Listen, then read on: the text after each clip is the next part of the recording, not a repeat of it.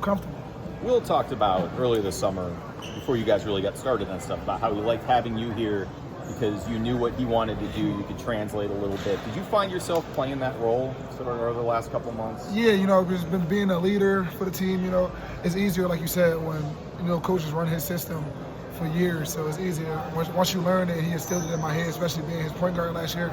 It made everything easier. So I try to explain it to the guys the best way, where it don't come off as a yelling way as the Coach Wade does it sometimes. So, my translation would be easier for him, and the guys get it. And was there a moment over the summer where you really felt like you were able to step in and kind of say like, no, that's not. This is what he means. Let's go and like where you. Yeah, like I really from the jump. Coach gave me that when we talked, and he told me what was he expected from me. He told me that's what he expected. So, I already knew what I was coming here to do. But to be able to take that extra step to be a leader for the team and being a point guard, it was an easy adjustment, especially with him. He laid the guidelines out early. What's your relationship with him been like over the last 18 months or so since you joined him there? It's been good. We had ups and downs in the beginning, but that's every relationship, and I feel like now it's just like our relationship is like this. We locked, so it's just been amazing being able to.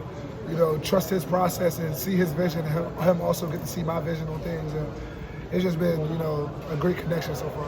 I was up in Syracuse with North Carolina when you guys beat them in 24 and you crashed Red's press conference. Yeah. You have a reputation for being a colorful guy, for having a lot of personality. How do you sort of balance that with kind of focusing on basketball too? Because you can't lose both of them. I feel like I never lose my focus.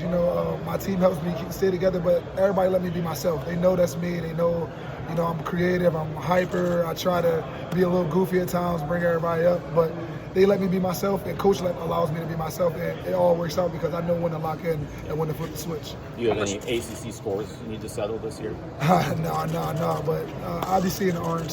I'll be seeing the orange soon. How much pride do you take in? I was going to ask you, how much pride do you take in being a guy that gets in the other team's head as well? I take a lot of pride in that because at the end of the day, it's mental.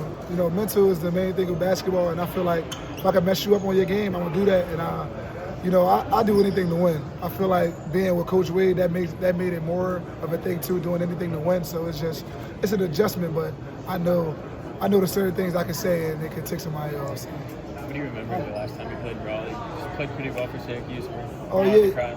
I remember a lot of fans action going back and forth, but I think I settled my differences with the fans and everything. I think we all good.